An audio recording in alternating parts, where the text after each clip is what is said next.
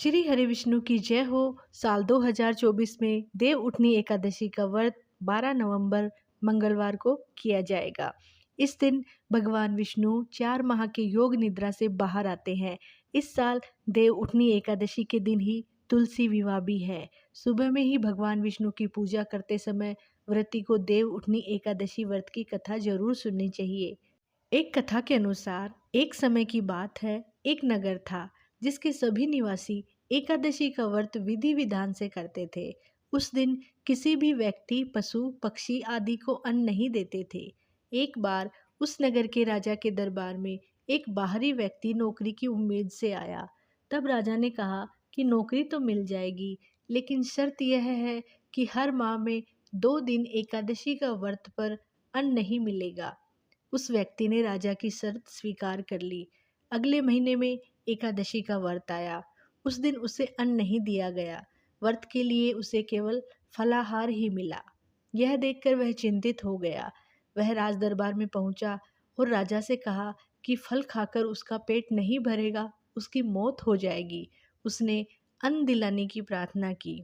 तब राजा ने कहा, तुम्हें पहले ही नौकरी की शर्त बता दी गई थी कि एकादशी को अन्न नहीं मिलेगा, लेकिन उस व्यक्ति ने फिर भी अन्न दिलाने का निवेदन किया। उसकी स्थिति को देखकर राजा ने उसे अन्न देने का आदेश दे दिया। मंत्री ने उसे दाल, चावल और आटा दिला दिया। उसने नदी के पास जाकर स्नान किया और उसके बाद भोजन बनाने लगा। खाना बनने पर उसने भगवान से कहा कि भोजन तैयार है, सबसे पहले आप खाना खा लें। इतना सुनकर भगवान विष्णु प्रकट हो गए।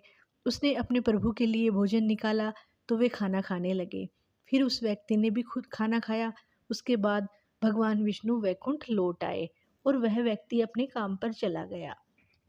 फिर अगली एकादशी पर उसने राजा से दोगुना अन्न देने के लिए प्रार्थना की। उसने कहा कि पिछली बार वह भूखा रह गया था क्योंकि उसके प्रभु ने भी भोजन उसके साथ किया था। यह बात सुनकर राजा आश्चर्य में पड़ गए।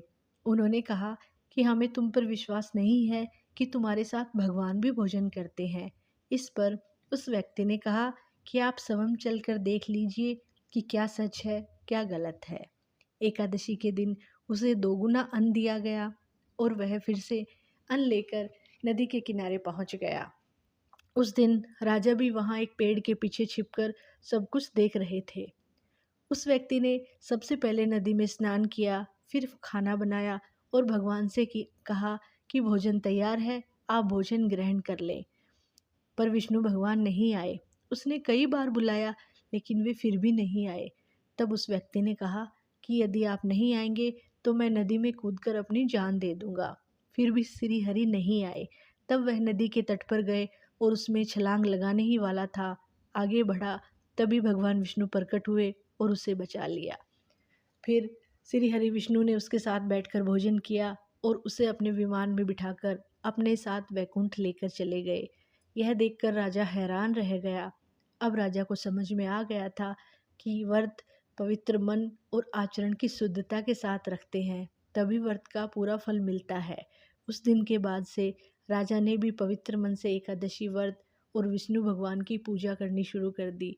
जीवन के अंत में राजा को स्वर्ग की प्राप्ति हुई और राजा के सारे पाप मिट गए।